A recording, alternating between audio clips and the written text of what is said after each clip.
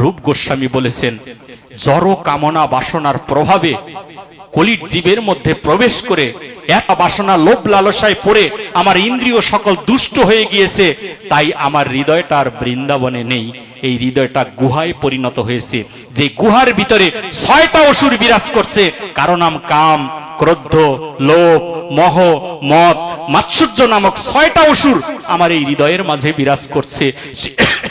সেই অসুর থাকা সত্ত্বে কখনোই হৃদয়ে কোন্দরে পরমেশ্বর ভগবানের আবির্ভাব হতে পারে না।